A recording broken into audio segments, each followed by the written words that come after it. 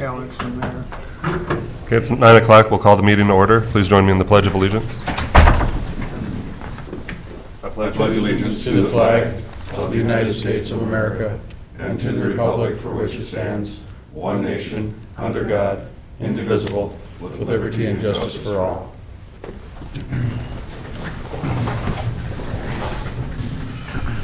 Agenda has been provided before the meeting. Is there any additions or corrections to the agenda as presented? Mr. Chairman, have a couple of warrant add-ons, commissioners' vouchers of 9/9/19, actually two of them. One is for $72.75 to Road and Bridge. The second is, the total on that, $44,879.15. And we also have meal reimbursements on here too. Mr. Chair, with those additions, I'll move the agenda. Second. We have a motion and second to approve the agenda. Any further discussion? If not, all in favor signify by saying aye. Aye. Opposed? Motion carries. Next up, we have approval of the consent agenda, which includes the minutes of August 27th, auditor warrants of 8/30/99, commissioner warrants, meal reimbursements, hospital warrants, and August 2019 treasury report. Chair, I'd move for approval. Second that. Motion second to approve the consent agenda. Is there any further discussion? Not, all in favor signify by saying aye. Aye. Opposed? Motion carries. All right, next up we have Nick Bergman, highway engineer. Good morning, Nick. Good morning. Good morning. And welcome back, Kathy.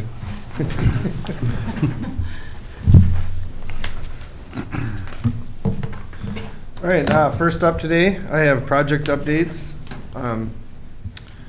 First project I have an update for is first one on the first page. It's our 2019 box culverts with A&C Excavating. Those are substantially complete. They're out there right now trying to finish up the erosion control stuff, but with the rain, I'm not sure if they'll be able to do it today, but they're trying, so that'll be done very shortly. Next update I have is the Etna Township box culverts. Those are complete. Next project there is our 2019 overlays. That is complete. And moving forward to projects in the planning stage. Third one down the list there, our 2019 gravel crushing contract. I have that on the agenda a little later, set a letting date for that. Next project there is our two bridges by Island, one on County Road 2, one on County Road 20. The consultant is working on the survey for those. Next project, it's on our County Road 8 between 75 and Holland. There's a bridge there that's posted. We have plans done for that. We're waiting on funding. And that'll be a floodplain culvert design, so something we don't do much of here, but should work good in that scenario. Then the last project on that list would be our 2020 box culverts, the first contract anyway. We have a bid opening set for October 8th for those. Next page, County Road 18, Bridge L3607. It's posted, it's on County Road 18. We've been getting calls about it already. People worried about how they're gonna get to the elevator, but we're moving as fast as we can on it. Plans are complete. They're sitting at the state waiting for funding, so. So that's it for project updates.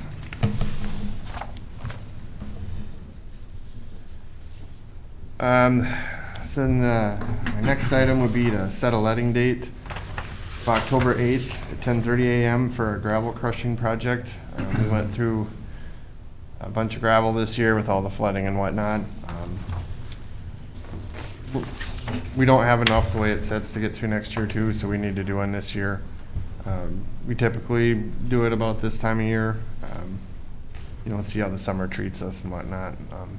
Give them the option to either do the work after harvest or come in the spring and get it done by, early summer, so.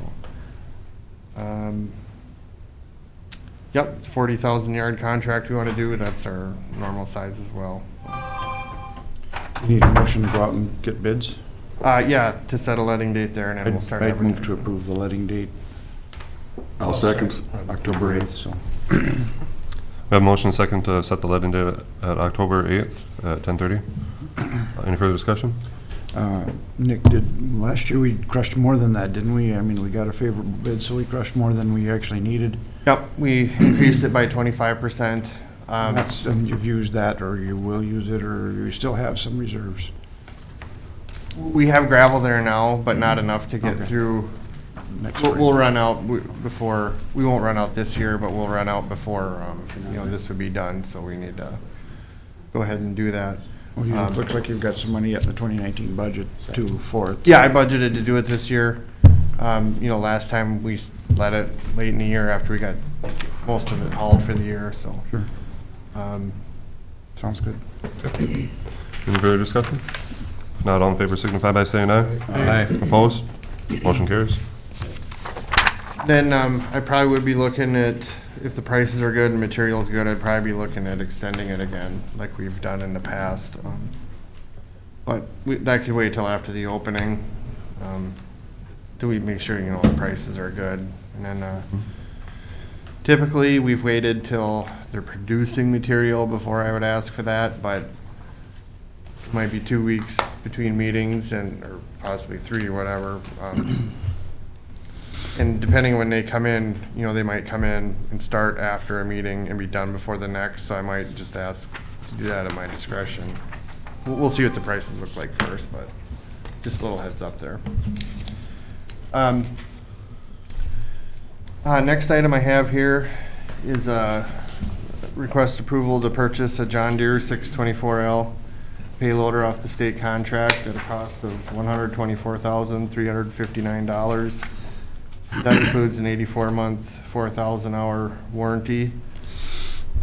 Originally, I budgeted $125,019, and I plan to do the rest in 2020. But this loader, it's a size smaller than what I had budgeted for, and then we're getting about double the trade-in of our last one. I used the trade-in price of our last one when I budgeted for this, so. Actually, all the money is there now. If we do it now, we would save the typical roughly 5% increase that they jump up in November. So that'd be $5,000 to $10,000. So that's why I'm asking to do it now instead of waiting till after the first of the year. Mr. Chair, Nick, did you think the trade-in value on a John Deere is better than a Cat? Or doesn't that make much difference in your opinion? That I'm not sure. Did you trade a Cat in last time? We traded a case in last time, so that's probably part of it. The deer would be worth more than the case. Plus, that case was the one that got flooded, Right. so they might have been a little bit worried about that too. This loader's going to have plenty of capacity yet for what you need, even though Yes. it's a little smaller than. Oh yeah, yep, yep. It'll do what we want it to do. So. Okay. I'd move to approve the purchase. I'd second that. A motion and second to approve the low bid for a new John Deere. Any further discussion? Sam? I guess maybe just under discussion, if Nick can go on to explain to the public then also that he did look at not going on the state bid, and the state bid was quite a bit more economical than the non-state bid, the one from Ziegler. Ziegler was state bid too. Oh, the Ziegler is both also were, yeah. state, okay. Yep. Yep. It's just the Cat was way more than the deer. Yeah, but that we do have 2 quotes in front of us, and we're taking the lesser of the 2 quotes, and it looks great. Correct. Yep. Yep. Exactly. Is there any further discussion? Not all in favor signify by saying aye. Aye. Opposed? Motion carries. How many years do you expect to get out of this piece of equipment? What do you project? How long have we been keeping them, Doug? 10 years? The one we're trading is, I think, in 2003, I believe. Okay. No. No. 15 years then. About $5,000.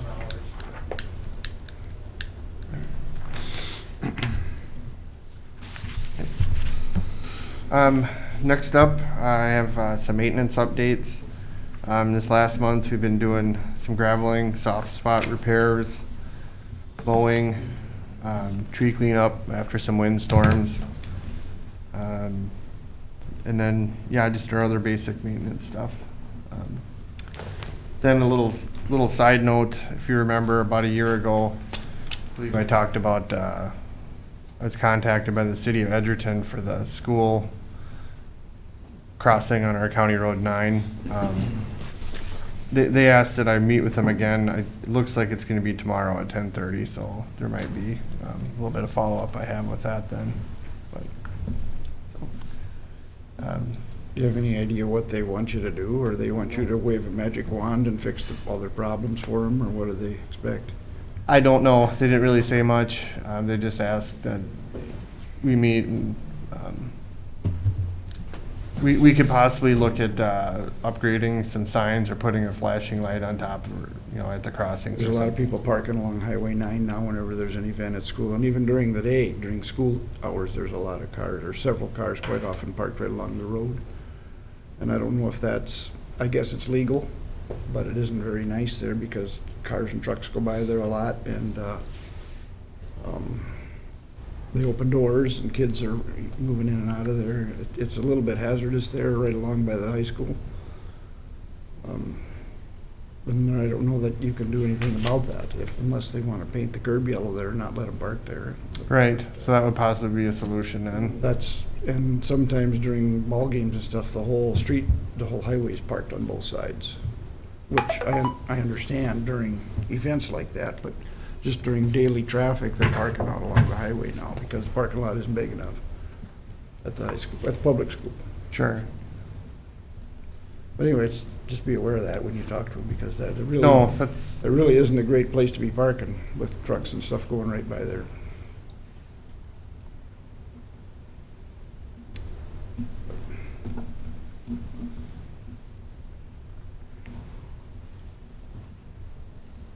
A stop sign along there somewhere would do a lot to slow down the traffic.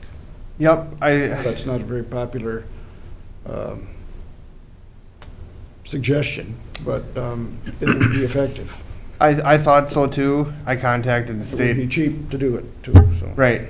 I talked to the state about it and they were really, really against doing that because people see a stop sign, say, oh, all the traffic's gonna stop. But a lot of them don't, so the pedestrians aren't even looking then. So after hearing that, the research they have in that, I think, well, I probably agree with them then, if it's gonna actually end up worse, so. But I like the thought. Yeah, well, it's a cheap, easy way to do it, and write a few tickets and they'll get the idea real quick. Another little quick question I had too about County Road 17, is there any updates on that as far as dust control, or Murray County was taking care of it, I think?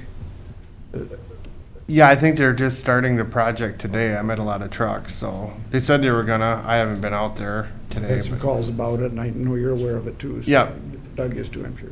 Yeah, they usually wait till the last minute on that stuff for the dust control, so. They were watering it last week one day. Maybe Thursday or Friday. They were actually watering the road out Okay. there. But, so they're doing something, but, Yeah, I was contacted by them and they asked about watering it and I told them that, the contractor that is, I said, well, I'm not a big fan of that because then that guy always disappears and it's dusty again. I'd like to see calcium chloride out there. it'd be better. Well, we've had a little rain now too, which helps a lot for a few days too, but.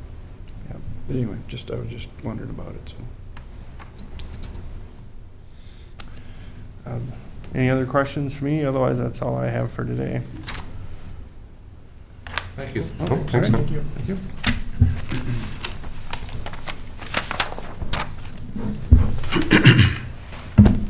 Okay, our next item is Highway 23 Coalition update from Aaron Backman, and he is not here. So I guess we can look at moving some other business up at this time.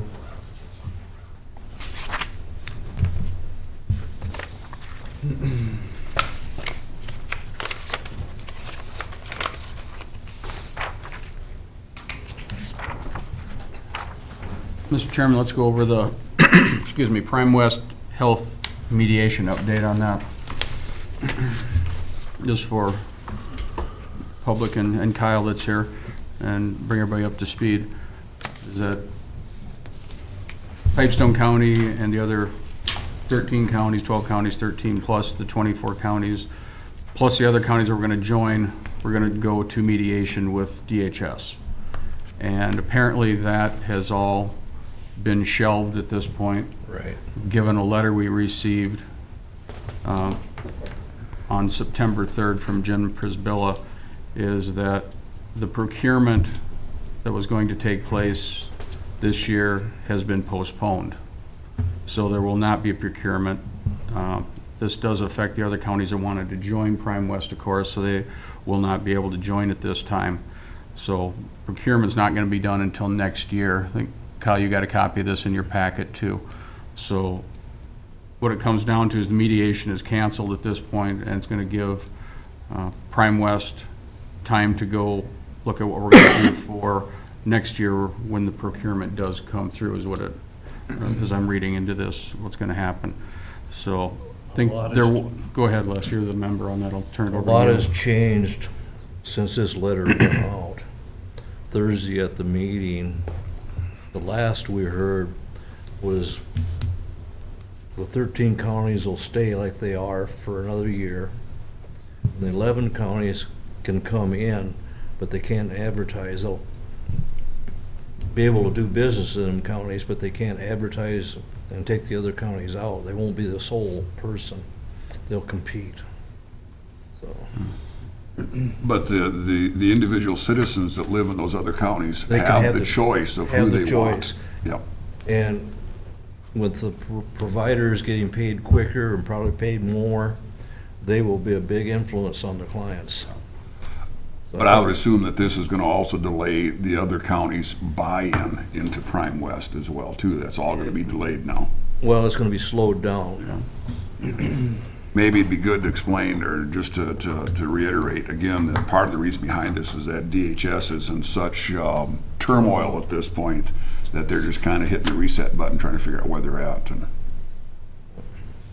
And Julie Ring with AMC had a lot of meetings with the governor, and she was in meetings on Thursday with the governor, and going back and forth with Jim Perspilla. And about 2:30, we got the latest and the greatest of the hour, and he says it's changing hourly. So, We've got our AMC fall-winter meeting coming up here this week, so we're assuming we're going to hear a lot more about this and figure out where we're at. especially the email we got from Dan Larson, if you looked at his schedule, Yep. Steve Gallwitter's Yep, wait. is going to be a key speaker there, and there'll be a lot of information at the MRC meeting. So, but this email letter that's been presented here was outdated already, probably on Wednesday. When it was sent. So, and we were all going up to the Senate hearing on Wednesday, and then we got the email that the procurement had been canceled, pushed back a year, and we just decided, the group I was going with, it'd be more important maybe at a later date to go to the Capitol. So we canceled on that and stayed home and see how this all shakes out here in the next month. So that's about all I know at this time. The Everything. only other question I had on, did you hear what they're going to do with our money that we sent for the litigation? Is that going to be refunded, or are they going to keep that in a I'm fund? assuming it's gonna be refunded because we are not gonna go into Right, we the don't, appeals process. right.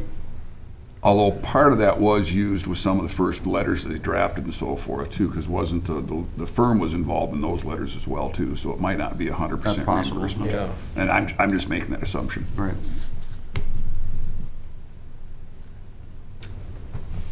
I'll send an email off to Jim and we'll see what they say about it, so. That's the latest and greatest that we know at this point. Well, thanks for the update. Mr. Chairman, let's, little update on what's going on over at Central School. Had a couple of contacts with Dave Retman over there and also Travis Winter. He emailed yesterday. I have no request for any board action today, but a change request showing $0 amount just came through this morning on it. And they have found some more, naturally, asbestos pipe with air cell wrap around it. And there's waterproofing with asbestos on it in the wrestling room area, and then also welding booth asbestos glue on it as well.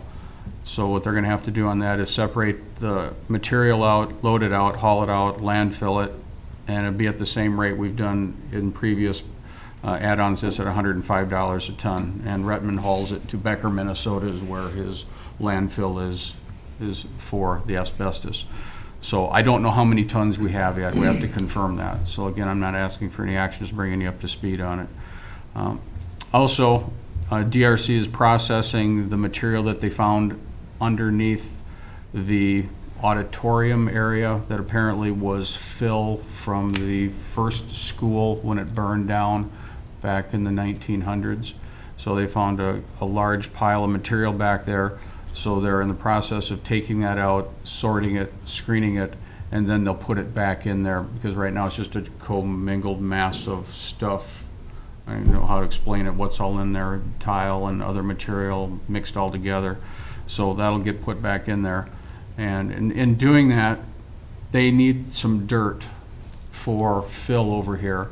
And the ditch committee met last week, and I put it before them that the county needed some of this, a spoil bank ditch dirt that we have along Highway 23. And the ditch committee was okay with that we can use that dirt. The issue I have with this, I don't know how much we have of that, and if this is gonna be enough to do the project, or we're gonna have to do something different, and he's gonna have to get dirt elsewhere. But in his statement on here, in exchange for dealing with the buried rubble, Pipestone County is gonna supply enough black dirt to finish the job. I can't tell them that there's enough to finish the job, because I don't know how many Yards. cubic load yards, whatever it is out there, that we have at this point to do that. So that is an issue that I've put in my email to Travis, that we need to figure out how much dirt we need, how much do we have, because I don't want the county to be on the hook for saying, yeah, we're gonna supply all the dirt for it when we don't have enough to supply, and he may have to find it elsewhere. It appears as though there's a large quantity of that up there, but you're absolutely right. We Right, don't we- want to commit yeah, to that yeah. type of wording. We want to make Right. sure we protect ourselves. Exactly, and you know, it's large, it's a lot, but I don't know how much it is. We'll have to go figure that out at that point. And he is gonna ask for 90 days of extra time to do this work. His 90-day extension would expire on September 14th, which would be Saturday. And he's gonna be asking for an extension to get the project done of 90 more days.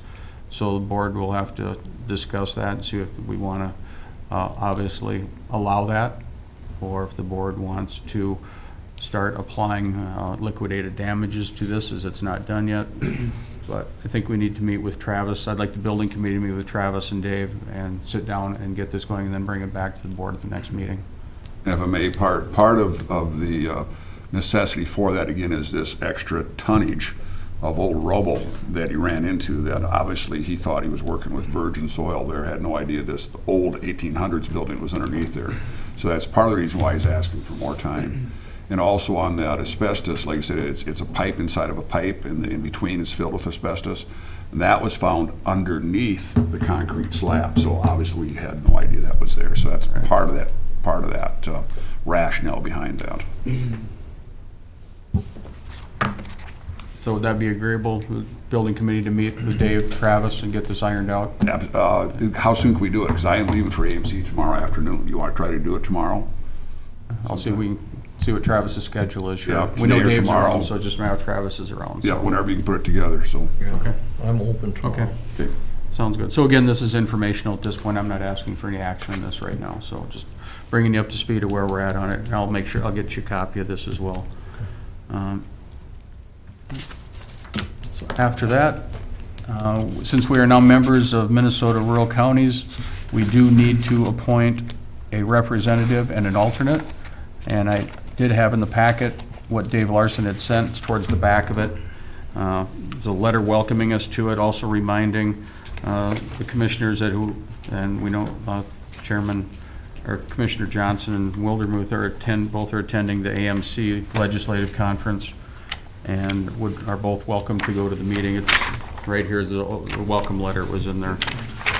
So we are prorated on our dues, so we sending them a check for $550. So fourth paragraph down, it says the board should select a delegate to MRC and should choose an alternate. He said some members choose all other board members as alternates. That way every member gets the updates, and I'm gonna send you all the updates anyway, so that's really not a big deal. There's nothing we're hiding, anything like that, so I'll make sure that everyone gets every piece of email that Dan sends me. So, in our usual fashion, the board would appoint a delegate and an alternate. I'll leave that up to you right now to see what you want to do on that. Okay, well, I was thinking it'd make sense to nominate Luke for that, since he regularly attends the AMC meetings, and that's normally when they hold their meetings as well, so I'll nominate Luke Johnson. And I'll second that. Motion second, nominate Luke. Any further discussion? Not all in favor signify by saying aye. Aye. Opposed? Motion carries. And then I guess, I think we should probably nominate Yeah, we need all a the rest chair. of the board for, Okay. as alternates. And I'll go ahead and motion that. Second. Okay, motion second, nominate all board members as alternates. Further discussion? Not all in favor signify by saying aye. Aye. Opposed? Motion carries. Mr. Chairman, I'd like to add this to the approved list of commissioners' committees as well. Okay. Do we need to take action on that as well? Yes. Okay. I'll make that motion. Second. Motion second to approve MRC to the approved list of committee assignments. All in favor signify by saying aye. Aye. Opposed? Motion carries. All right, going back to regular business, I do see that we have Aaron Backman here for Highway 23 Coalition update. If you're ready to present, we're ready for you.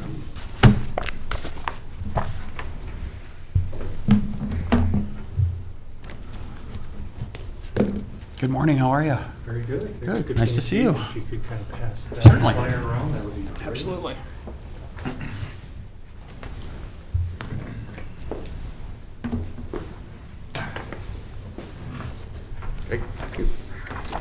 Thank you.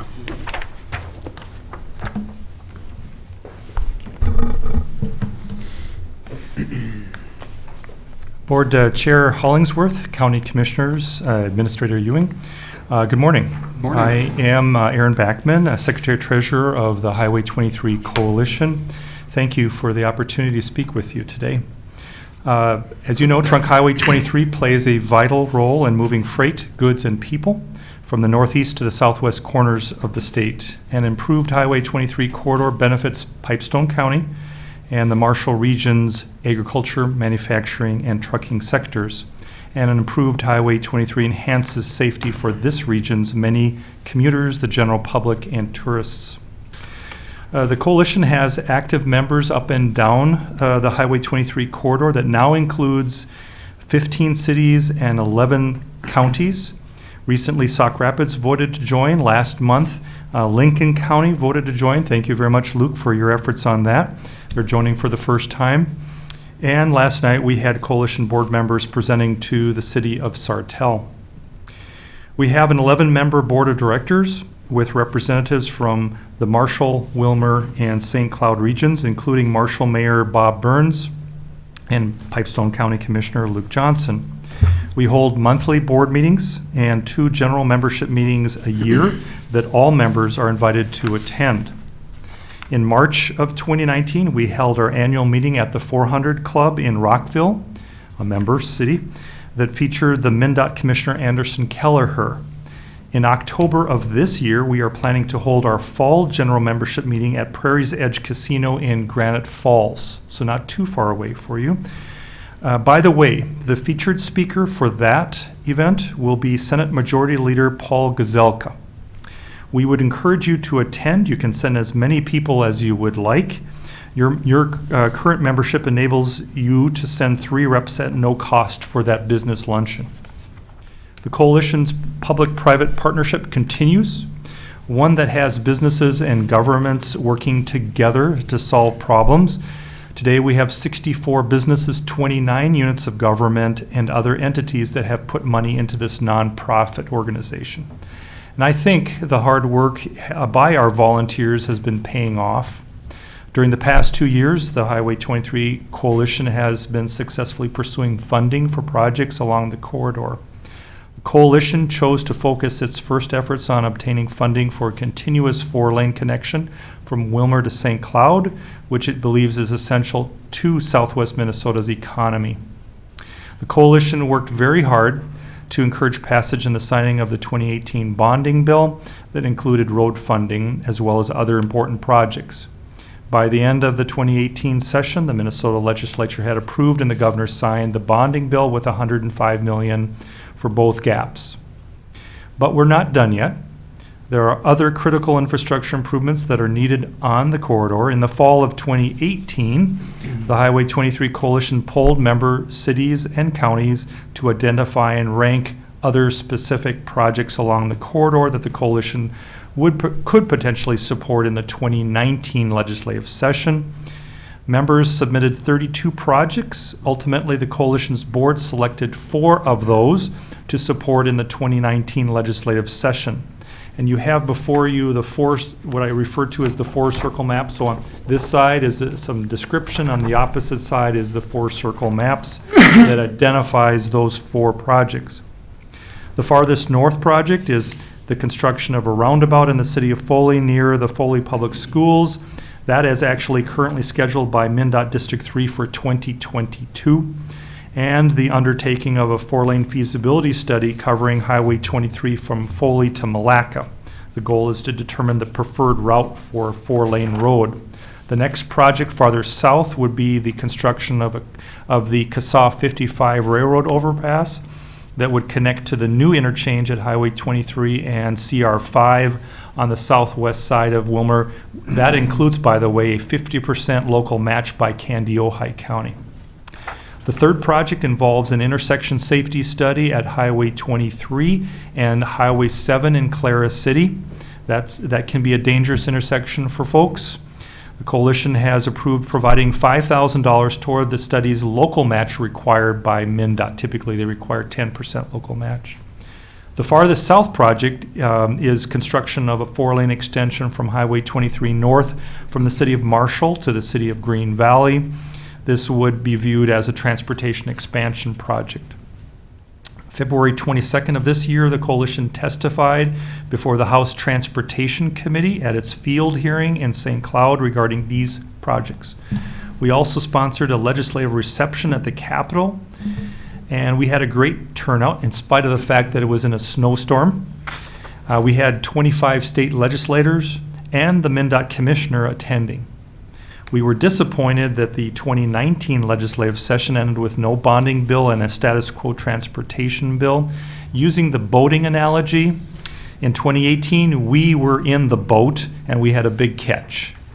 In 2019, there were people in the boat, but they were paddling in opposite directions. But the coalition is not going away. We continue to push for infrastructure improvements. We monitor the progress on the 2 4-lane gaps. The coalition is very appreciative that MnDOT District 8 announced in April of this year that it was moving up the timetable for the south gap between New London and Paynesville by 1 year. And the coalition appreciated MnDOT District 3 moving up the timetable for the I-94 Highway 23 interchange loops. That's a half Clover project, and they moved that up by 1 year as well. That's a dangerous intersection if you're trying to cross. Construction right now is well underway for that project south of St. Cloud. We are now teeing up for the 2020 legislative session. We will continue to support the priority projects we have identified, and we are open to supporting other infrastructure projects in the Marshall area. We believe that it's important for the coalition to be visible in St. Paul and Washington, D.C., and that we need to pursue state and federal funding for roadways along the corridor, including this area. We want to make our presence felt in Washington. In June, we had 16 coalition members travel to D.C. We actually provided scholarships to 3 of those folks. In June, we had, and they participated by having productive meetings with U.S. Senators Tina Smith and Amy Klobuchar, Congressman Colin Peterson. We had a very good meeting with Congressman Stauber and others. They also had a meeting with the Federal Highway Administration, and we were lobbying for funding for Highway 23, and specifically for projects that we have endorsed, and for federal rural freight corridor designation that opens up the possibilities of some federal funding. Pipestone County has been a solid partner in the coalition. You joined at the $1,500 advocate level, and I would appreciate the ongoing support and would encourage the county to renew its membership for 2020. Thank you, and I'd be happy to stand for any questions. Thank you, Aaron. Anybody have any questions? Well, And Luke, if you want to say any comments as a board member, anything that you would like to highlight about the efforts, board activities, or other things? I just think it's encouraging that, you've had the success you have with, getting the, for those gaps between Wilmer and St. Cloud, having these other projects moved up. It's good to hear that Foley project's on the schedule now. I know they're gonna be meeting, October or something, they're gonna take comments on that Cassaw overpass in Wilmer, before the House Bonding Committee, so hopefully you'll get some traction there. These things are moving along. Yep, and I truly believe that we would not have the presenters that we are getting at our meetings but for the number of members, et cetera. We wouldn't get the MnDOT commissioner, or we wouldn't get the congressman to be our headline speakers at our event. So I would encourage you to come to the Granite Falls event coming up. And it is interesting, at our last one that we held at the 400 Club, we had 2 district engineers there from 2 different MnDOT districts. There was a lot of networking that was going on. So, thank you. yep, thank you. Excuse me, Aaron, what is the date of the Granite Falls meeting? That is October 18th. Thank you. And typically your registrations is starting at 11:30. We have a business meeting and luncheon and we provide that for members. Thank you. Yep. Thank you. Thank you. Okay, next up at 10, we have Lincoln Pipestone Rural Water bond approval. Jason Overby, and I see you walked in, so we're ready for you. I won't make you sit around for another half hour. So. Oh, no, that's fine. The only thing I have, Mr. Chairman, is County Attorney Sandy will be here for that as well. So Oh, I want to make sure that he's involved in this. So oh, with this, he's aware, and also Auditor Treasurer Tyler Reich will be down here for that too. So we probably should just hold off. possibly then? should hold off on this one. Okay, I'm well. sorry. Nope. Sorry for calling your forehead, Jason. Get your exercise. this is kind of a big deal. looks like everything else is kind of time sensitive, so I guess we can look at moving on to other business. Let's see, what do we have left is budget update. Want to go over that now, Steve? Or What's that? Want to go over the budget update now? Or? Sure, we can do that. Absolutely. You have in your packet a current copy of the levy spreadsheet, and then also have an updated budget notes that I made. Things that are changed, this is updated on September 5th. The road and bridge levy and a little bit of change occurred to revenue due to some increases we had in work comp and property casualty liability insurances. Talked with Nick about the road and bridge levy. He was able to absorb the small increase that we had in work comp, and so it didn't change anything as far as the overall levy goes. The original levy we started with was 509, and then when we had the board meeting, he's down to 4.78%, and that does show the $162,000 in wheelage tax on that. As far as the budget drivers goes, when we're talking about insurance, the insurance committee will be meeting this afternoon to formulate a recommendation to the board. We did put in a 3.5% increase for single and family coverage, and we are seeing single-digit increases across the board to all the different insurance plans that we do have, the Emerald, the Ruby, the Sapphire, and then also the Diamond, and then also the overall is 11, then the family plan did increase 6.8% of the HSA, and then they have a newer plan on there, a non-HSA, and apparently we had 2 enrollments in that. So we're going to be looking at that this afternoon to see if we want to leave it at 3.5 or recommend any type of increase to what we've done so far. And I wanted to wait to have that meeting until Kathy got back so we could have the whole committee together for that. So we're going to meet this afternoon at 1:30 on that. And Commissioners Coyman and Johnson are on that committee, so hopefully you guys will be able to be there. We did have a slight increase in community health from the original one. I was looking at a 5% increase to community health. That dollar amount came in at 7.84%, or $1 per capita, based on our population of 9565. So the overall community health levy for 2020 would be $131,945.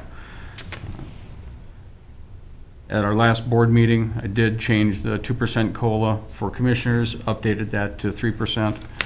So there was a slight change in that to salary, and also Medicare insurances on that as well that are associated with salary.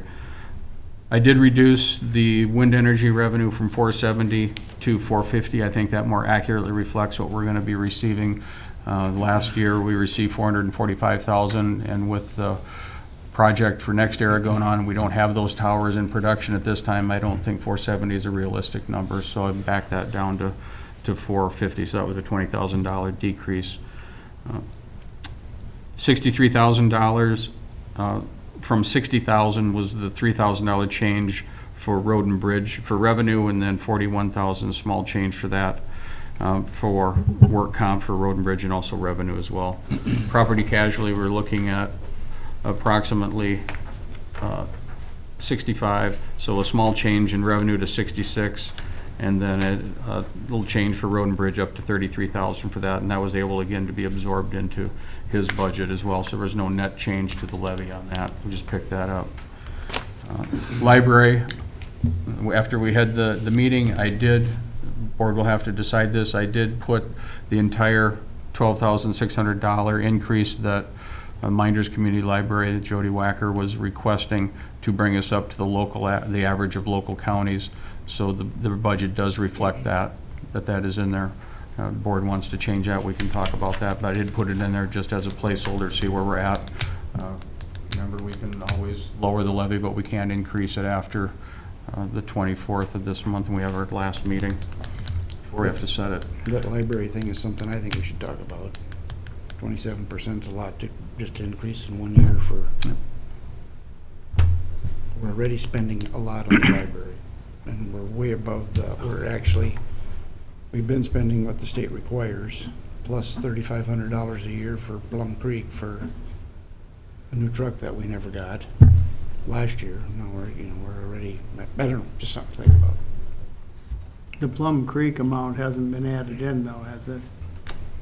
Yes, the 3250 is in there, was with the original one. I think it's 35, don't we need? No, 3250 is what I got from them in a letter. That's what I got this year, and that was, That's part didn't say of anything the- about a vehicle. That's part of the 46,000? No, it's in addition to. That's in addition to what we spent last year, Right. I think. Yeah, I the thought- 2,500, that I didn't come thought back, just that so. 12,000 was added in. It is. 12,600 for the Pipestone Library is not part of the state budget, state levy. Right, but I don't think that both were added in, was it? Hmm? Yeah. 3250, and then the 12.6 is in there. Okay.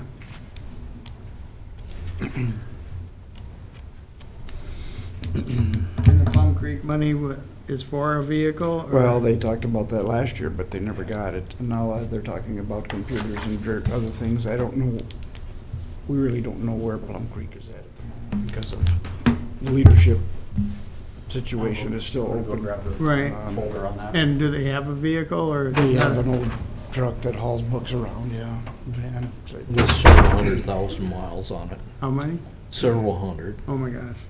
And their computers are out of date and things like that. So there's a lot of issues when they have the meetings and we go to them. I'm sure the computers are not Windows 10 compliant. Right.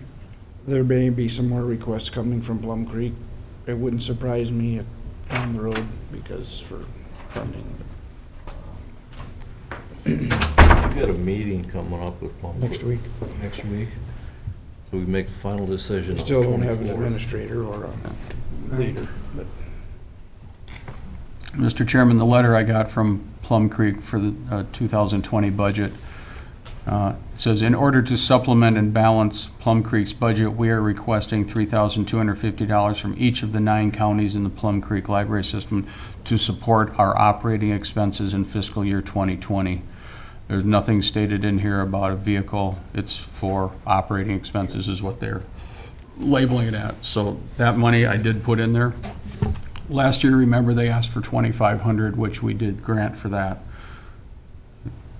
So that $2,500 is not in there this year. It's $3,250 is what, so they take it whatever they want. Maybe they're using it for a vehicle too, I don't know. But so as a placeholder, I did put the $3,250 in the I budget. think we have to do the 3250. We can talk about it, but I think that's probably something we're gonna have to do. You'll know more after your meeting next week. All right. Okay.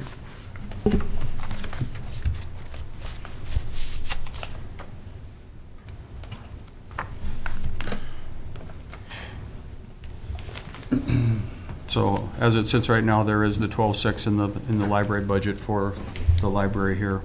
If you want to cut it, or the board wants to do it over 2 years, something like that, you could consider that as well too, if you wanted to. That's I something think to that consider would as be well. split between the 2 libraries, wouldn't it, Steve?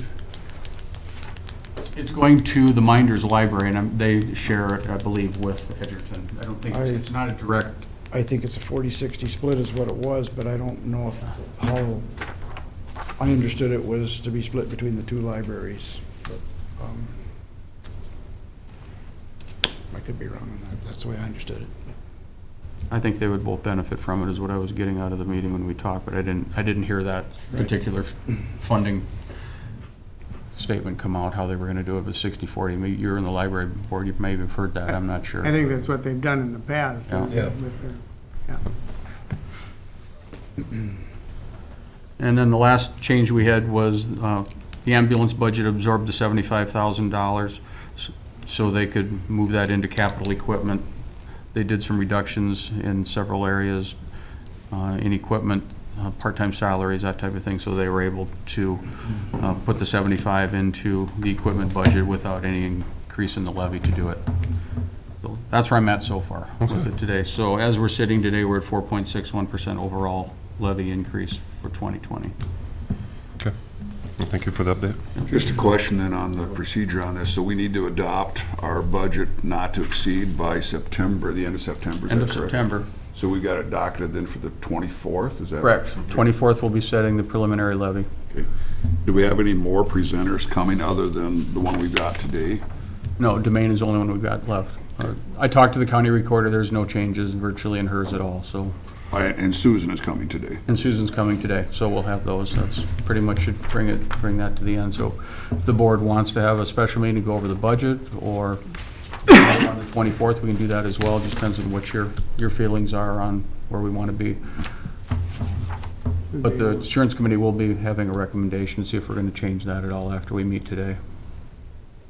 Should be able to do it on the 24th. I would think. Yeah. I think so. Sounds good to me. 24? And then at some point, I'd like to have, and we'll have more discussion, I know you put the 3% in there for Commissioner's COLA. Can you figure out what the actual dollar cost is per percent for us? When we have that discussion, we can look at that as well, too. And so that'll be probably on the 24th, when we'll discuss that, too.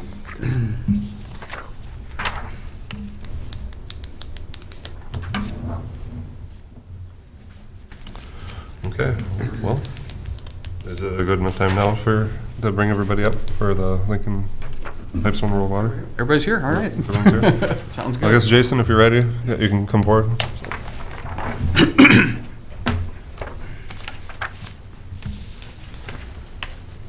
Morning, Domain. How you doing? Morning. Jason, nice to see you again. Thank you, everyone, for allowing me to come up a second time today. That's right. So yes, I believe Steve has gotten a bunch of paperwork from bond counsel, but in your packet is a resolution for a GO revenue bond. We are closing out on our temporary construction loan that we have with Northland Trust and moving into the permanent rural development loan.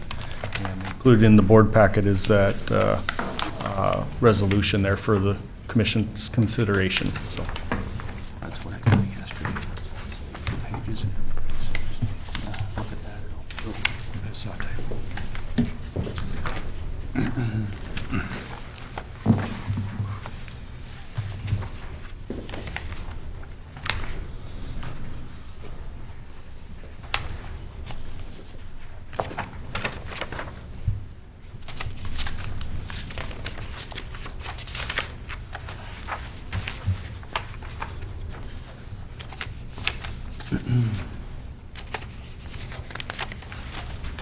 You're just looking for approval for the resolution?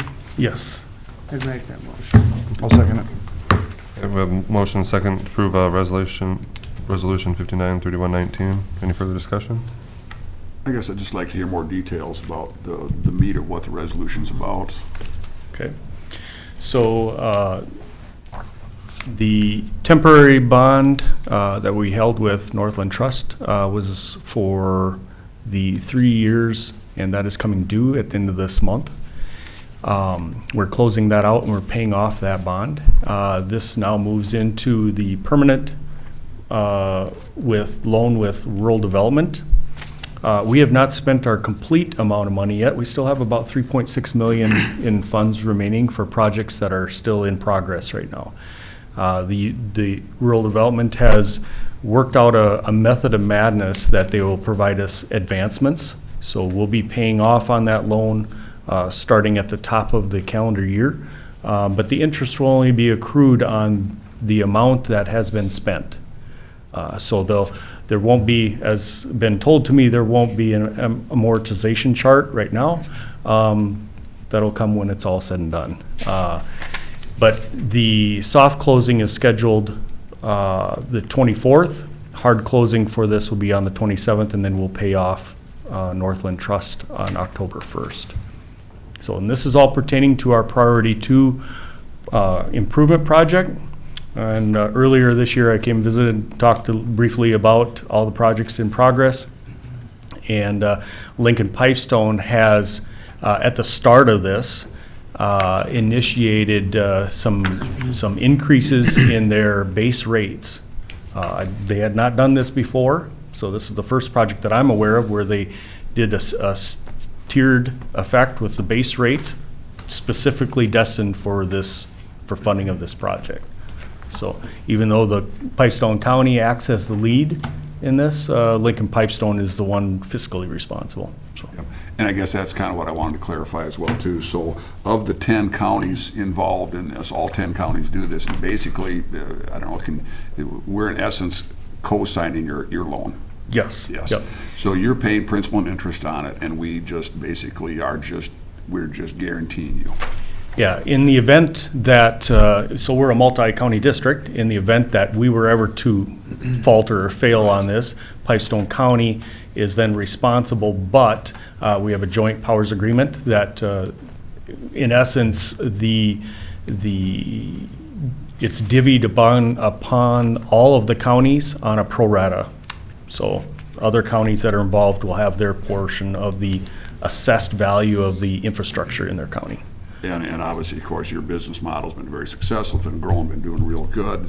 We're really not risking anything by doing this.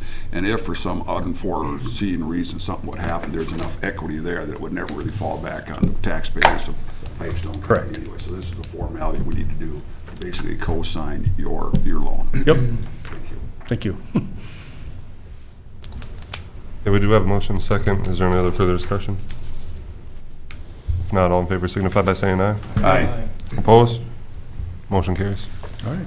Thank you very much. If you have any questions, please holler. Absolutely. Thank you. We'll get everything signed and get sent back to Freiburg. I think that's where it's supposed to go, if I remember right. Yep. We'll take care of it from there. Thanks, Jason.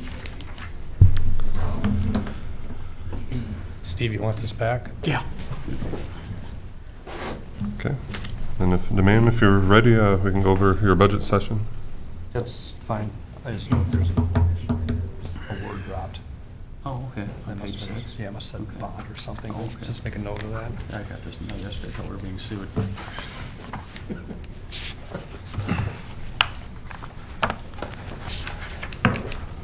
You know, typically, well, under Jim, what we would do is we'd throw like something in the box over here that would show what we did for the last month, the county attorney report. And I've kept those up, I've just never gotten them down here. It's a flaw, but I'll show you where we're at and kind of give you an idea, because, you know, a lot of times you see little blurbs in the paper, you know, who's arrested, who's the court news, you're seeing that a little bit, but you really don't see a lot of what we're doing. So I've kind of thrown this together for each one of you, so you can get a picture of where we were for like a 10-year, 11-year period on average, for what we were doing, criminal charges, juvenile charges, various things, and then I took from 2014 through 2019 to show where we're at for a trend. And I was telling Luke here last time I was at a meeting, you know, I thought we were at 84 formal criminal complaints this year. A formal criminal complaint is where the officers bring someone in. They don't issue a citation. They give us all the paperwork. We charge. We have hit 78 in the first 6 months of this year. Our average for a 10-year period from 2003 to 2013 was about 87 a year. So business is up. I think I might have a draft copy in there, one might be mine. That's the county attorney, I have the county attorney reports for August and for July in there too. And in the month of August, I believe, or maybe it was July, we had a normally busy month. Thank you. Where between Cassie and me, we made over 100 court appearances. And when I did the numbers and looked at this a little bit, going back, we would do probably 600 to 700 court appearances a year. That one month we did 100. It's just phenomenal.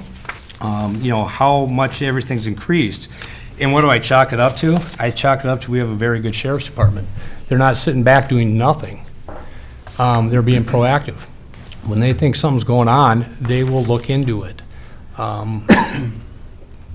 mean, the amount of garbage pulls that lead to actual search warrants, it's a good thing. You know, so that's why we're seeing the uptake. So our office is very, very busy. It doesn't help with Cassie out right now, but she's got a good justifiable reason. Kathy, it's good to see you back, by the way. So that's why, you know, we are very, very active right now, because the sheriff's office is very, very active. And do we see a trend going down? Like when I talk to Mike Heyman or Vreeman or the other guys? No. This is the new norm. We're going to see a lot going on in the county from, you know, going forward in the future. And, you know, we're just going to see our caseload probably get up there higher and higher. You know, maybe it does go up and down. If you look at that spreadsheet from 2003 to 2013, we had 127 formal complaints. In 2005, we had 836 court appearances. Then 4 years later, we were down to 60 formal complaints, less than 500 court appearances. So it does move up and down, but the trend in the last 3 years is just that it's moving up. So, budget-wise, I pretty much stayed where I have the other years. I think for a lot of the expenses, it was a 2.5% increase, which is above or below where the county is looking at their overall levy I just heard about. The one thing that I did build in that was above that, just to stay consistent with, you know, some of the non-union employees and what I understand other people were asking for, I built in a 3% cost of living adjustment for us three in the office that are paid with county funds, and then a 3% raise, so a 6% total. Whether or not the board wants to approve that, that's up to you. I just put it in there. So my budget's quite simple. The only thing that really has changed is I think I added a lot more for supplies. We're getting everything electronically through the sheriff's office now and through family services and a lot of other media. And whereas we used to get paper, it was just a photocopy. Now we are spending more money on toner, paper, and all that type of stuff. So I'm seeing that, we're buying toner cartridges, a lot more than I would want to, but it's a necessity. So, I see our supplies going up. I don't see any equipment going up. I think Cassie just got a new computer because her other one junked on her. We didn't plan on that, but that is this year's budget. It was unforeseen. My computer is probably 5 years old that I use for the county work. I'm not getting rid of it. It's a behemoth, but it's a good computer. It works. I mean, I like it. It's got a lot of power behind it and does everything I need, so there's no need to update it. So if you got any questions for me, go ahead. I guess mine wasn't necessarily due to the budget, but I was just kind of curious now with the judge allocation changing, is that going to affect us, do you think? I know there were some concerns. That will affect us. That will affect us in many ways because we will be judge shopping a little bit more, a lot more ITV. The civil attorneys around here are not going to be able to just rely on we have a judge every Tuesday and can set things on because with the judge out of Marshall coming down, Tricia Zimmer, she's going to be doing Thursdays too. So it's going to mess up a schedule that we've gotten used to for ages. We always had Tuesday court. That's just the way it's been. And now to have to try to reallocate for Thursdays and start to think outside the box, it's going to change the way we do business. That was one of my main concerns with that, is how it would impact you guys. Well, it's going to impact us too because we're not going to have Terry Vager here doing criminal cases one Tuesday a month. And we have timelines in the court system where we have to have certain hearings within 14 days of the first hearing, another hearing within 20 days of the second hearing. And if we don't have a judge, we're either going to be fast-tracking things or slow-tracking things. So there's going to be some adjustment upstairs. I'm surprised with these numbers that you put forward that they're allocating the judge away, so. Everything is going toward Mankato. When our three judges here, we had three judges serving 4 counties, Judge Christensen, Judge Connell, and then we had Judge Flynn down in Nobles County. Everything worked really well. When they all 3 retired, they pulled one of our positions, sent it to Mankato. And now we have 3 judges serving 5 counties. And it's just not working as well as it did. So, but that's the reality of it. We're a small community. They're going to pull resources to the large ones. So. Take it up with Schumacher and Weber. Get another judge out here and we'll be happy. Mr. Chairman, just, I mean, is there going to be a point where you're not going to have enough staff to keep up with this? You're going to have to add staff? Are you looking at that? I thought about that. I thought about that a little bit, but realistically, I think between the staff we have with the secretarial staff and, with my experience, with Cassie's down-to-earth ability, and Scott, he's going to be phasing out here someday. Will we replace him with another part-timer? Maybe. But I think we can handle it. Okay. I think we can handle it. If I don't think we can, I'll be here in front of you so fast it'll make your head spin. Fair enough. Thank you. Thank you. Well, does anybody else have any questions? Any comments?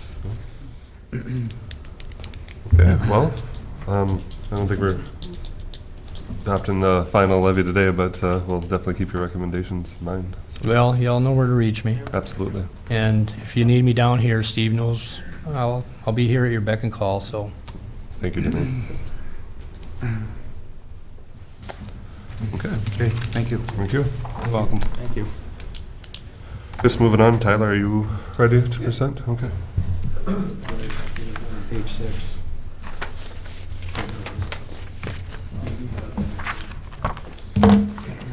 Good morning. All right. So the reason that I'm here in front of you today is actually I received a request for repurchase for one of the forfeited properties, parcel number 19.241.0340 in the city of Ruthven. So how this works, essentially, is after a parcel forfeits, the previous owner loses their right to bid on the property, so on and so forth, come auction time. But what they can do is a statutory authority, they can petition the board to allow them to repurchase the property for all the delinquent taxes plus additional fees in order to get the deed recorded. It's actually a state deed filing fee, the county deed filing fee, and the state deed tax that they would have to pay in addition to all delinquent taxes, penalty, and interest. So essentially, we'd be wiping all delinquent taxes out on that parcel. So all they can do is petition, which is the letter that I received from Jeff Cowles, which was included in your packet today. I will say that in 2013, this is the exact same thing that happened with Mr. Jeffrey Cowles. He requested to repurchase. He was authorized to repurchase. He was given 2 weeks. He did pay it, but then he never paid another dime on property taxes until it forfeited again, until I received, he called me probably 3 weeks ago saying that he would like to repurchase again. It's completely up to you guys' decision if you want to allow the repurchase. I know in the past it's been precedent, just so you guys kind of know. Usually it's been authorized and given them 2 weeks. If they pay it, they pay it. If not, then it goes to auction. I know that that's what we have done for the 2 other ones that we've had. So just kind of letting you guys know the backstory and the history of how we've usually handled these in the past. So pretty much just looking at any input and how you guys want to proceed with that. Dave? I guess maybe just more clarification. So in the end, the county does get all of the taxes and fees Yes. that it's entitled to, and Correct. it's just that this individual gets to repurchase his property back. Correct. And you said he's done this before on this same property. Yes, he did it in 2013. And then he, essentially how tax forfeiture works, that once you repurchase or once you stop paying your taxes and you become delinquent, you have 5 years of delinquent years. So essentially, It resets. the it calendar. resets and you just kind of let it lapse again.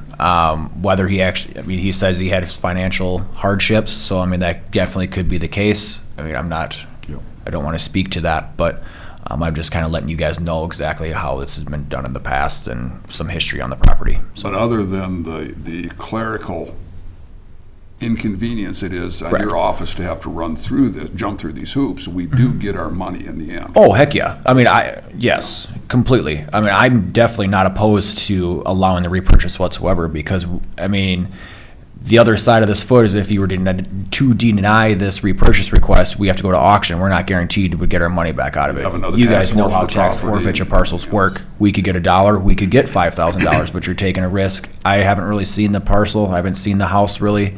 I can't speak to its condition. So I would yeah. hope that it doesn't set a trend, because this is a bit of a hassle. Right. Well, I mean, honestly, to be completely honest with you, a repurchase is probably easier than the whole auction process. It's cheaper for the county because all I have to do is just simply file a deed instead of having to go through the process with the assessor's office, going out to the property, walking through the property, securing the property, assessing it, coming in front of you, setting a sale price, and then going through the auction process. So it's, in the long run, it's probably cheaper to allow the repurchase on the county's behalf to actually just get it taken care of right away.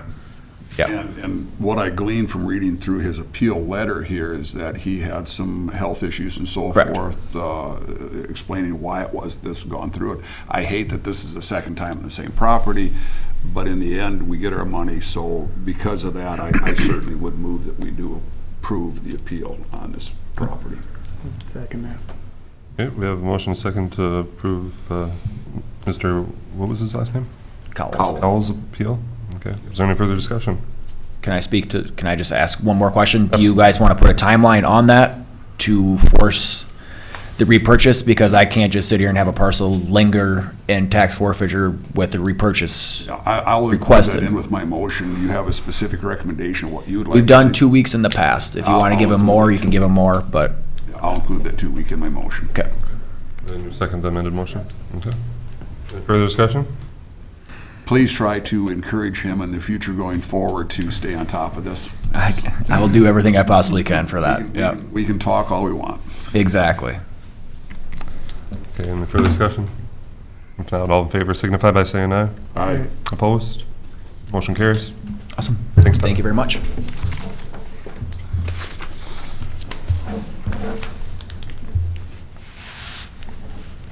Okay, next up we have Kyle Creer. He is not here. Or Susan. What are your guys' thoughts? Do you want to take a loop? Take 5. Yeah, we could. So, should we reconvene 15 minutes? Yeah. Reconvene in 15 minutes. Recess, so. No. Signatures? Don't get chocolate over here. I'll try not to. Okay, it's 10:30. We'll reconvene the meeting. Next up, we have Kyle Creer, zoning and environmental officer. Tyler's already done. Yeah? Yes. We're ahead of schedule. Yep. And I believe DGR was going to be here also to present the L&O environmental assessment, so, right here, just got here in time, so. If you want to, come on up, Tim. Tim, right? Yes. Or Timothy? Tim. It works. And Kurt will call in too if needed. Or we Do you want to can do call the him. conference call, or? He is waiting if we wanted to. Okay, I can grab the speakerphone if you'd like.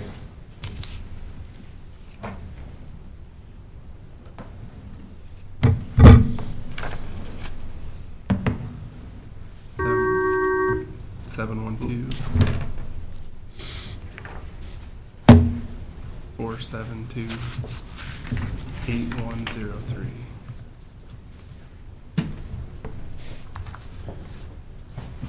If I hit the right button, that'll be it. Still maybe.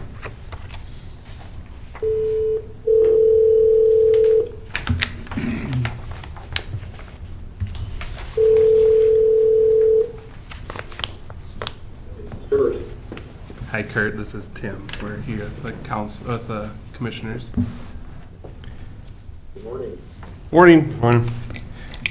So this morning, what I've got for you is the environmental assessment for the L&O power line. You should have all gotten a copy in your packets.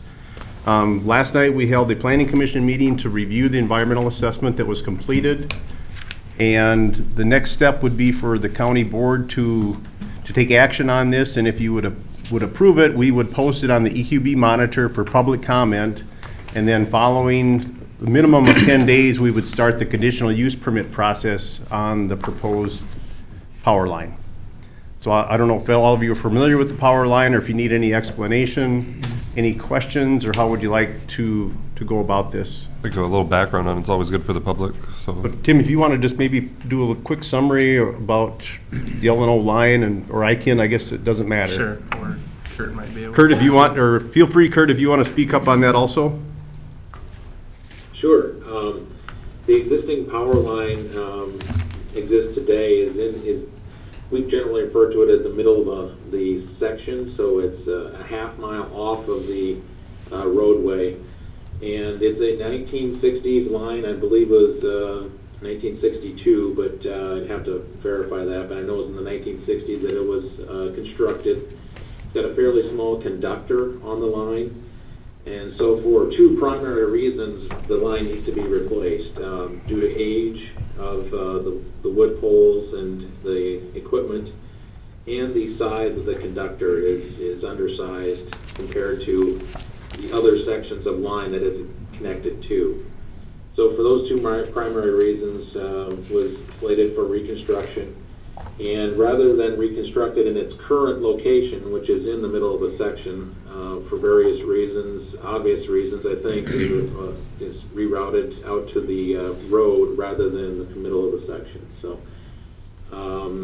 the new construction will be single pole construction, similar to what's there today, but it'll be a little bit taller. It'll be horizontal post construction, which will have like post insulators near the top of the structure, 3 of them, and a static wire on top. So 4 total conductors on single pole structures generally down the corridor, which you should have a route map of that. So at a high level, I think that describes the general nature of it. It will be insulated for 115 kilovolts or 115,000 volts, but it will be energized for the near term and foreseeable future at 69 kV or 69,000 volts.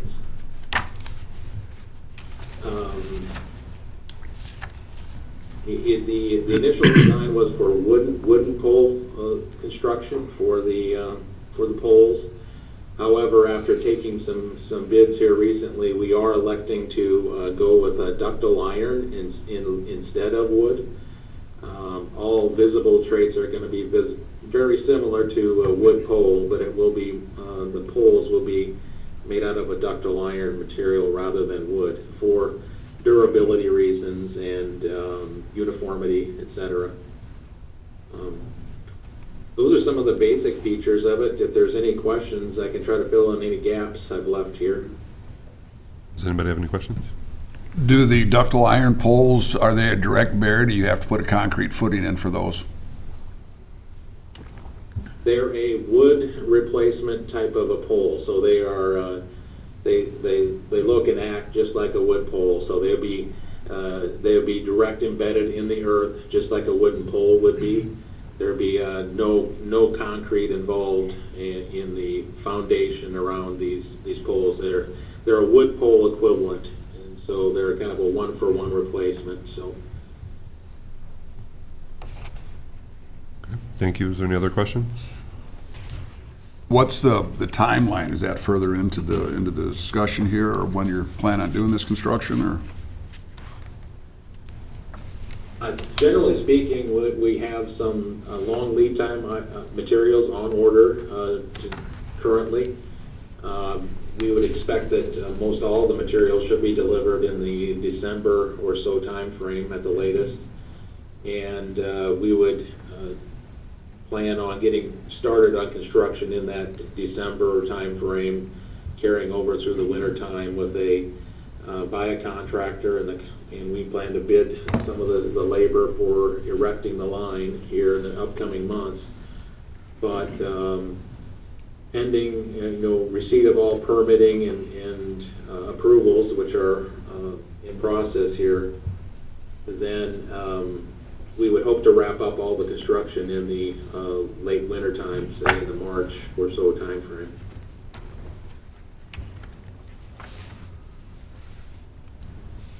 I think it was scheduled to do in between crop cycles, so the farmers would have the crop out and stuff, kind of. And they kind of prefer to build in the wintertime with Okay. frozen ground for. It's basically from the John Deere Sure. store out here north of about 7 miles. Yeah, the winter construction is preferred just to avoid crops and crop damages that occur otherwise. And then last night at the Planning Commission, we did review the environmental assessment also. The Planning Commission made a recommendation to the county board that we move forward with the noticing of the environmental assessment on the monitor and start that process. So that was the recommendation last night from the Planning Commission. They didn't see anything in the EA that was any of concern. I think the planning commission has met twice on this issue. Correct. Yep, the previous meeting the Planning Commission had was to gather public input on environmental assessment needs, is what should be part of that document.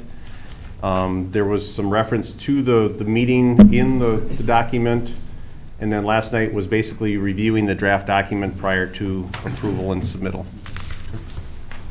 Any substation work going on with this, or just the transmission line itself? We do have some substation work primarily at the Holland substation. There's some equipment in that yard up at our rural Holland yard there that we will be addressing some of those equipment upgrades as well in and about this time frame. But we have it's a separate project, if you will, on a similar time frame, so that we can try to take advantage of some of this line work and downtime, if you will, on some of the components of the system to be able to upgrade some other equipment on the L&O system. But it is a separate project from the line project itself, separate contractor and separate contract itself.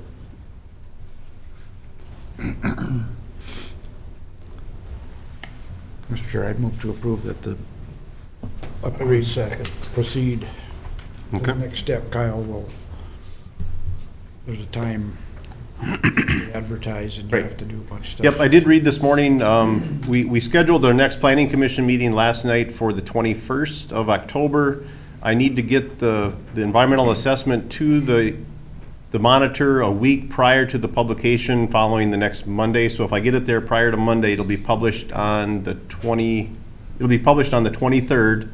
That needs to be done 10 days before our next meeting, which we scheduled for the 21st, and then I'll likely bring a recommendation back to the county board on the 22nd of October, following the planning commission meeting on the 21st. Sounds good. Okay, we have a motion and a second. Is there any further discussion?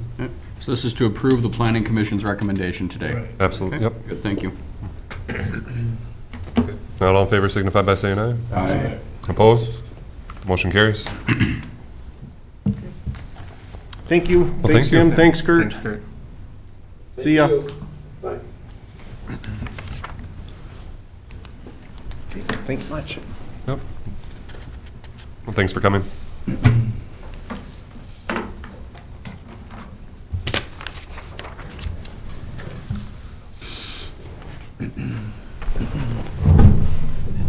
And then I've got two other quick items. The first one being the Des Moines River watershed. Luke just went through the process on the Missouri, and as you know, many of the watersheds around the state are pursuing the development of a one watershed, one plan. And the Des Moines is starting that process. They're going to pursue grant dollars to develop the plan.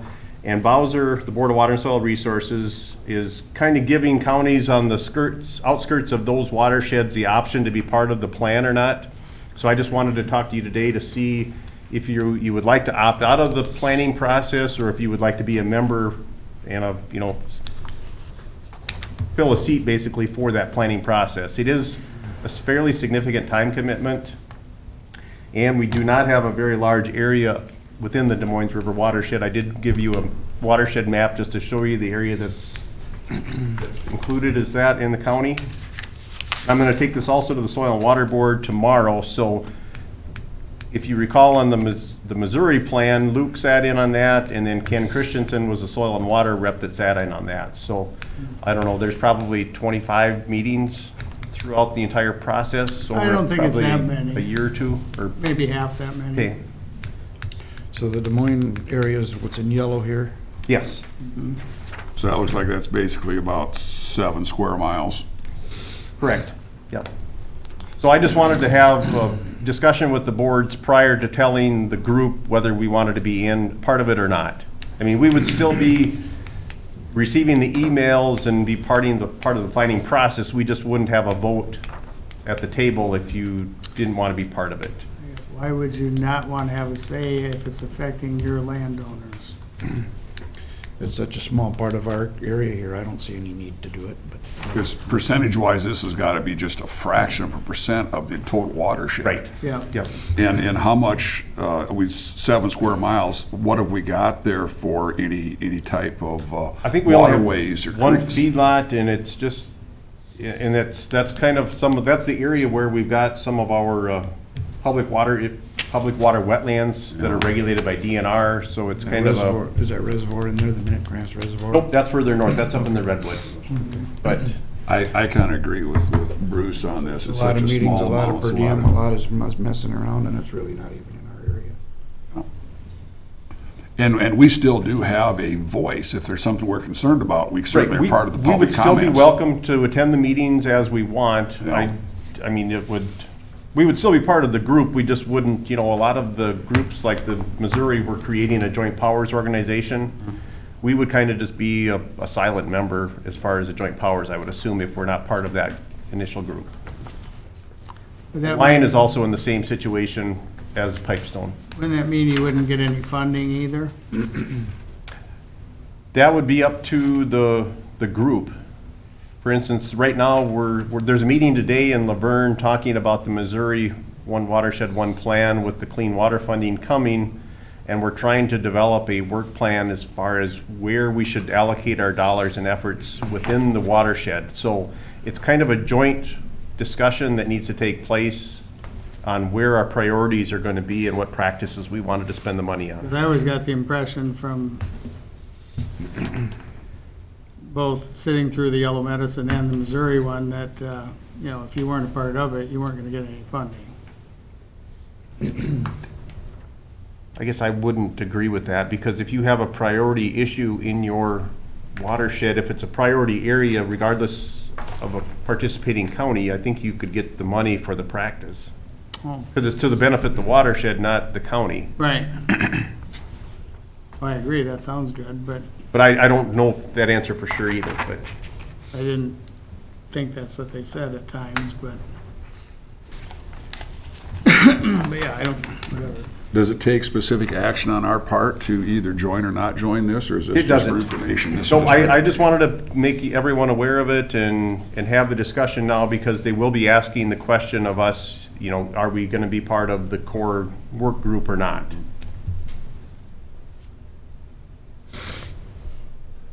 But I will, like I said, I'll stay in the loop. We'll be getting emails. We're welcome to attend the meetings, and we can discuss it more if you need to, but that was kind of where I was suggesting or recommending, also thinking we could stay in the loop, but we really don't need to be there every meeting. As long as you receive information and stuff, you're our contact person anyway. If there's something we need to know, you can let us know. Because I haven't been attending most of the meetings at this point, so.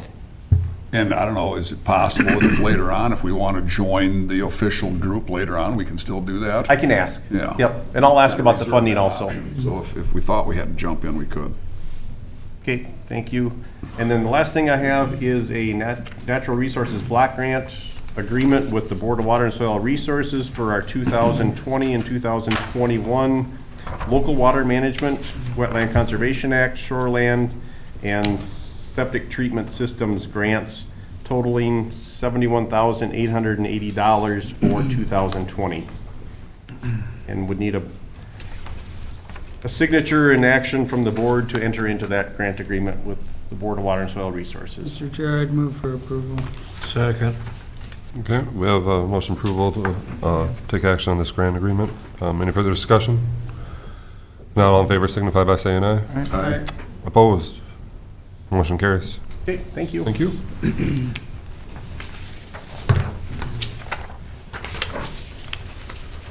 Good. Next up, we have Susan Hoskins for Pipestone County Historical Society. She's not here yet. Was there any personnel at all, Steve? Or? Kathy, do you have anything either? No, I don't either, Mr. Chair. This is from the state, of course. We'll have more as time goes on. Time is of the Maybe we can move ahead to committee reports then. Themselves in their own ethics. Yeah, that'd be good. Their own. Committee reports would be great. I love it. Luke, do you want to go ahead and take over for committee reports? Oh, sure. We'll move on to that. Got a few of those out before Susan gets here. Okay, on Wednesday, the 14th, I was at the open house for Lake Benton 2 wind tower repowering. On the 15th, the Soil and Water District approved the conservation delivery cost share agreement. They discussed the 2020 budget, and they approved their audit engagement with the local firm. On the 22nd and 3rd, I attended the Avera Board of Consultors, which I talked about when we had our hospital board meeting on the 27th. On the 28th, Highway 23 Coalition met, and Aaron gave you a pretty good update on that earlier this morning. On the 29th, we had our ditch hearing for the new bridge going in on Highway 75, and then at our committee meeting afterwards. There were no public comments on the new bridge project. The petition for the minor changes was approved. They did decide to increase the ditch assessment to begin ongoing annual cleanouts of 1 to 2 miles a year in addition to the typical maintenance. And weed spraying was also going to be done, and I see it was in our commissioner warrant, so it did get done. And on the 5th, Area 2 and RCRCA met. The director was given a satisfactory review after 26 years on the job. Many projects are ongoing as the weather permits, and their annual meeting will be November 7th in Bellevue, where Tom Giles from the DNR will be speaking. And that's all I have. Okay. Thank you, Dan. On the 7th, I had my Travel Southwest meeting in Slayton. We had a presentation there from, again, our advertising group that we've hired. No real updates on that. I think, Chris, you were at that meeting too. Nothing really of significance there other than just ongoing. They did have an individual and from this group, Maley out of Nebraska, that came up through the area and just kind of did a cold spot check to see how things as a traveler were perceived, to see where any areas that needed improvement as far as getting information out to visitors. Then on the 9th, we had our Rural Minnesota Energy Board meeting with Slayton. And we met with our consultant over there, with our lobbyist, and one of the things that we're working on is, again, trying to get more transmission lines into this area, which we know we need very dearly. So trying to get some traction going on that. On the 15th, we had our Casey Jones Trail meeting in Slayton. Construction has begun on this last 5 miles. 3 of it will be paved. The other 2 miles will be just graded, and that it will complete our path and our trail into Woodstock then. Actually, I went out a week ago and saw some of the progress on it. I don't know when they're going to actually start putting the asphalt down. I haven't been out there for a little while, so I don't know where they're at, but it is in the process. Then on the 19th, we had our SMOC, Southwest Minnesota Opportunity Council meeting in Laverne. We rotate that around. We had some discussion then about the Head Start building we got our certificate of occupancy then from the city of Worthington, and classes have started.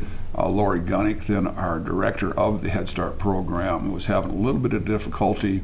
All of her teachers, because it was a new building, had to have new background checks done again too, so that was delaying things a little bit, so she had to go through that. And she was short one bus driver, but I believe she was in a little bit of a panic there for a day or two, trying to get those last minute things put together. But classes have started down there. It's going well. There's a couple little details on the building. Went down there on the 30th and met with the contractor and trying to get a couple little areas resolved that we need to work on yet. So then on the 19th, on the 21st, then we had our Southwest Health and Human Services meeting. Anything you can add at all to that? It was a pretty regular meeting. Talked about, of course, budget requests, and they realized the constraints we've got. We had a discussion then about the health part going to $1 per capita versus, and a year ago, they also had made the request for $1, but we cut it back to 50 cents. I don't think we're going to be able to do that this year. I think it's going to stay at $1. We are also in the middle of our union negotiations. I wasn't able to attend that, so Les was able to attend. Anything on the negotiations you can bring us up to date on? Well, I wasn't there on Thursday because I was at Prime West, but they negotiated all day on Thursday, and we started again on Friday.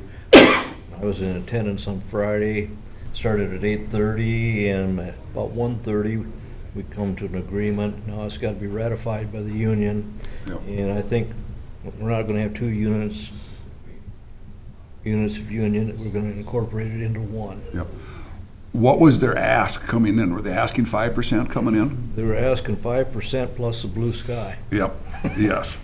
And can you, at this point in negotiations, can you kind of tell us where we're at with what we settled on so far? Well, we give a little bit on some things, verbiage, but we settled at 3 1/4. Okay. And a 1-year contract. And that's kind of when we did our budget talks. We were also looking at that. We had penciled in budget-wise at 3%. So, okay, good. Then I'll have to throw in Eric Austin, which you know. He's their union rep, so you can see how it went. Yep. Okay, and that completed my committee assignments for the month of August. Okay, thanks, Tim. Well, looks like Susan's here, so we just moved ahead on some of our other business, so if you're ready to present, you can come forward right now.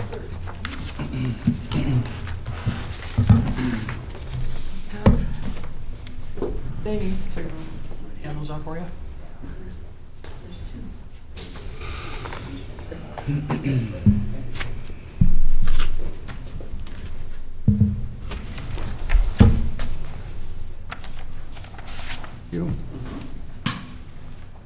Thank you.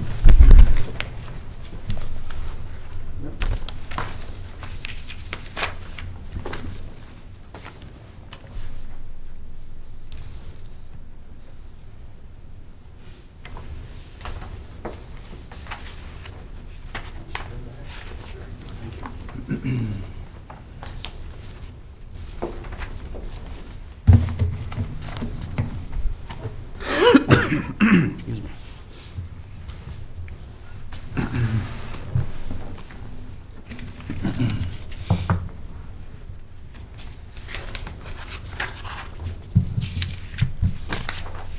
If you're ready. go Okay, ahead. yeah, well, thanks for having us here. I did, as I wrote up, some of the things we've really been concentrating at the museum is the preservation of the historic buildings that we own. And we own 5 here in downtown Pipestone. And they are costing money, as it is. And we've been moving, we're committed to the preservation of the buildings, so we have them in our building plan to work on.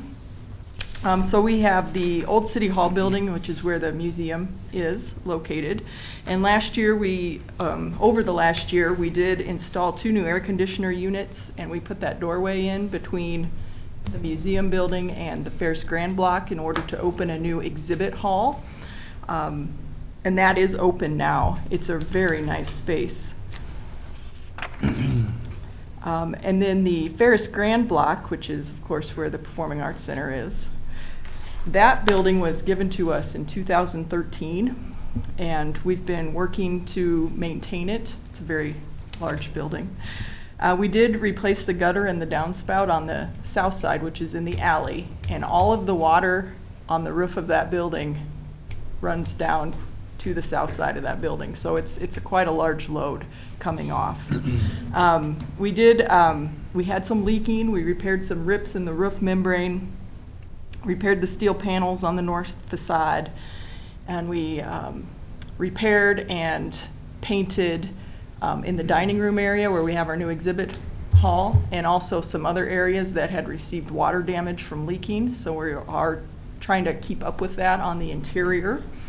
And we were able, through donations from our members, to install window shades in that dining room area. We're calling it Gallery 5. That's our new exhibit hall. And there's 3 very large windows on the south side, south-facing, and we were able to put roller shades, blackout shades, the same as we have in our other museum galleries. So it's a nice, usable space. And then we had some major water infiltration on the north side of the building facing Main Street. On the interior, it was just about, I think the words used was, it was raining in the front display windows that the Performing Arts Center uses. And so we are pursuing a grant to really work on this building. But for the short term, we were able to caulk it, which is a short-term solution, and that has stopped the water infiltration. So pleased about that, not pleased that it's not fixed the way it should be, but it will be. I'm curious with these buildings, how's the water infiltration in the basements? Do you have a problem with that, with any of the buildings? We have, we did have, last spring when we had that extreme melt-off, there was water in the basement of the Ferris Grand Block. I understand that it has been a problem in the alley back of the building in the past. The Moore block on the corner with the gargoyles has a very wet basement area. And I guess we're lucky in the museum, the old City Hall, it doesn't have a basement. So. One of the issues that we faced here, and we went through the run and dry system, was to find a way to stop water infiltration that seeps up through the rock. And Don Brown several times has been in contact with me because he wants to know who owns a lot of the buildings downtown, because he went and checked on some of them, and he can tell a lot of those stones are saturated. And so he was always wondering, because he mentioned that with 2 of his devices that he could basically take care of all the water problems the whole downtown. Well, and I know that that's been in the courthouse? Yes, we have 2 units in here. And how is that going? We're already seeing progress within, the first year. Okay. And that was one of the questions I couldn't answer him at the time, because I know a lot of the buildings are owned by other people privately and whatnot, and that's what he was trying to Well, we had talked to him, and that was something with, he didn't have some of the numbers that we wanted and local references, which this would be. So we would like to talk to you more about how that's working out. Yeah, absolutely. But anyway, carry on with your presentation. Yes, there's water everywhere, so it comes up from the bottom, but we are now focused on the Ferris. It was coming in through the stone facade, so. If I may, Chris, just a little clarification though as well too, that this device doesn't substitute the necessity for sump pumps For as well tiling, too. no. It's That's why I not. was curious what type of water infiltration. Yeah. So. And the Ferris does have one sump pump in it, so. All right, so we also have the L building. We increased the size of the water line into the building, and we had another roof leak that we repaired. And then, of course, just recently finished up is that we repaired the front facade of that building and replaced the wooden B-board with a synthetic material with the same look to it, and that's been put back together, so, and stopped the leaking on the interior there. So we are really working on these properties to maintain them because it's important. I'd had an opportunity to see that new exhibit hall with that opening in between the old city hall and the Ferris Grand, and yes, that certainly opened up a beautiful big area there. That's nice. It is, yeah. Lots of opportunities there. We've expanded our exhibit capacity, and we're working towards getting more of our objects from storage onto display. We will always be storing some of our collection, but we hope to be able to rotate it more and more and get more out. And also in that Ferris Grand or the old Masonic Hall, preservation of those murals. Anything to report on that at all, or how we do on? Or well, this is the grant we're pursuing. There are some structural problems with that building, and we had a consultant's report done a few years ago, if you remember, and we were able to use that report to go forward with some grant money from the Historical Society, and they outlined what we needed to do in what order, and so we've started the grant process for the ultimate work of, there's some possible framing issues in the basement. Some of the original roof trusses need to be looked at. And then, of course, the tuck pointing. And they are recommending tuck pointing inside and out for that building. And there were some things that happened during the construction of that building that may have led to the mortar failing at such an extensive rate. And I say failing, it's way over 100 years old, 125 years old. So. And it's solid. It is solid, so it's doing okay, but it does need some attention, and we're working towards that. I think it's very important for the citizens of Pipestone County to continue to support this, and it's not just a matter of giving you money for operations. You can see the various things you're doing here, how you've expanded your footprint and the preservation you're doing, but I really wish that people would come and visit you and see just what a precious gem we've got there, and we, of course, are responsible for the purse strings, and we look at this as, can we really afford this? But yet, I want you to be able to tell the story of how we can't afford not to do this. Right. And the loss of that building would probably take out the whole block. The way these buildings at that time were built on top of each other. There is a party wall with the Mackey block where Dawn has her shop. That's a party wall. There's a party wall to the other side. We call it the L building. It's the lobby of the Performing Arts Center, and connected into the corner block with the gargoyles on there. And there's so many reasons to not let these buildings go. But they do take a lot of attention. And as I said, it's been our focus here the last year or two, and it will continue to be as we just gained this property, which was maybe twice the size of our museum building. And we're incorporating it into the mission. Of course, the Performing Arts Center will always be the tenant on the main floor. But we expanded our exhibit gallery, and we do offer tours of the Masonic Lodge. We've done some free tours during town events to try to offer to the citizens to come on up here and take a look at this.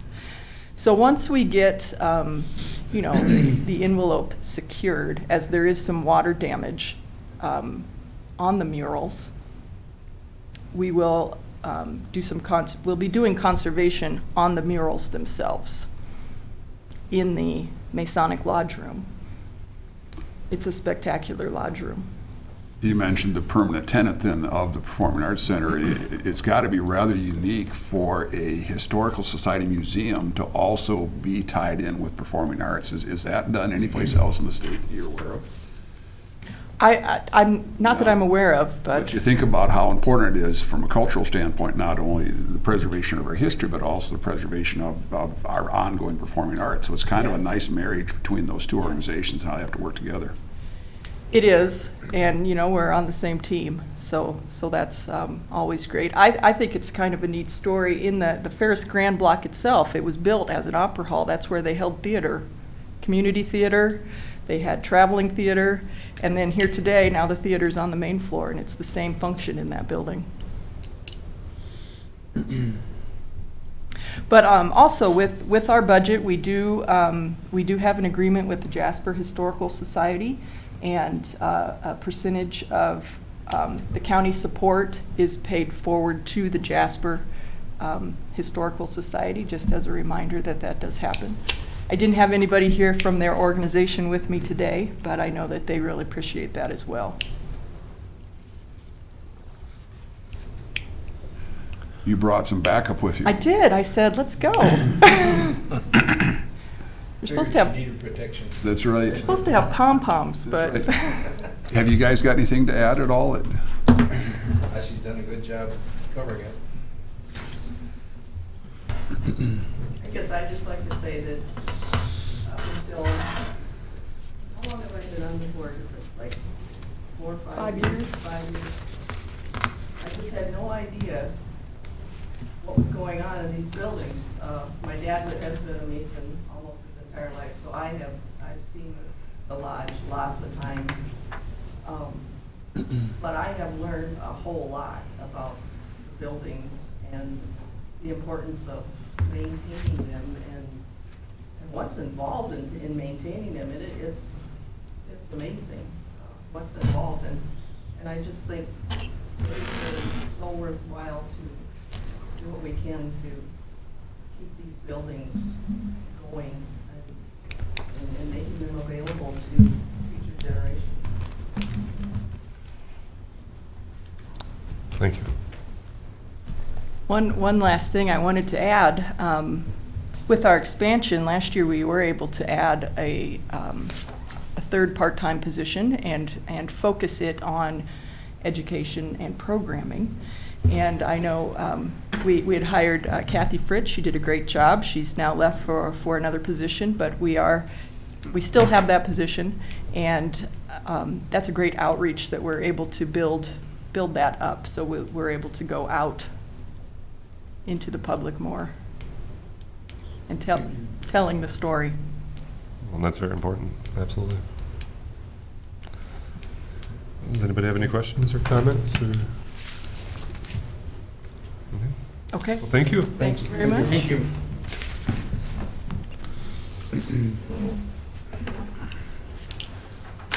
Continue on with committee reports. Les, if you're ready.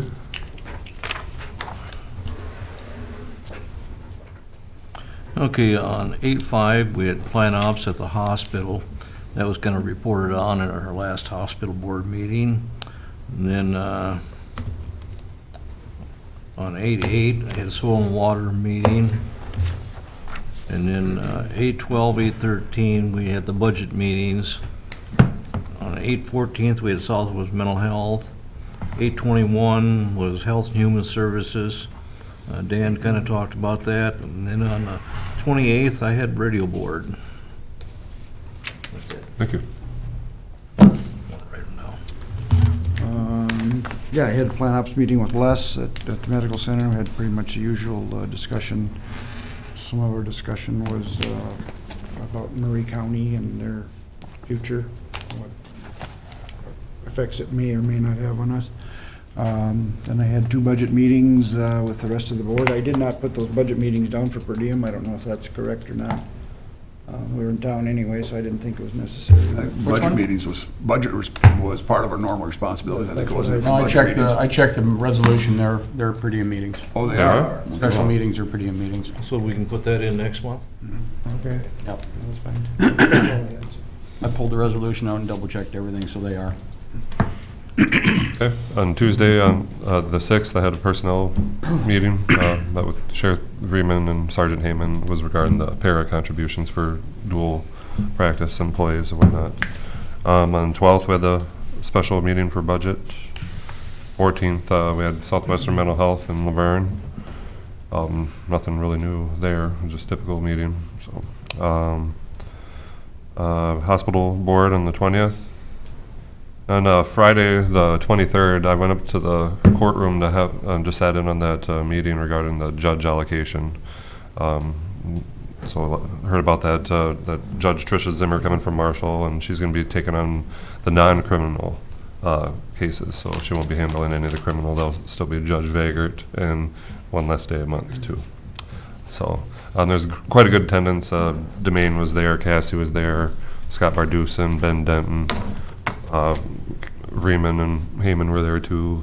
Pretty much all court administration was there. So there's some concerns with it, but until we have the numbers to prove that we need a judge here again, it's going to be hard to get one back. So, but that's why I was kind of curious on these numbers Demain presented, because to me there's a pretty big difference there. But that's all I had for the month. So. One question for clarification. We want to talk about the budget meetings. The second one we had was on Tuesday, but didn't we just recess and then reconvene? So do we do that?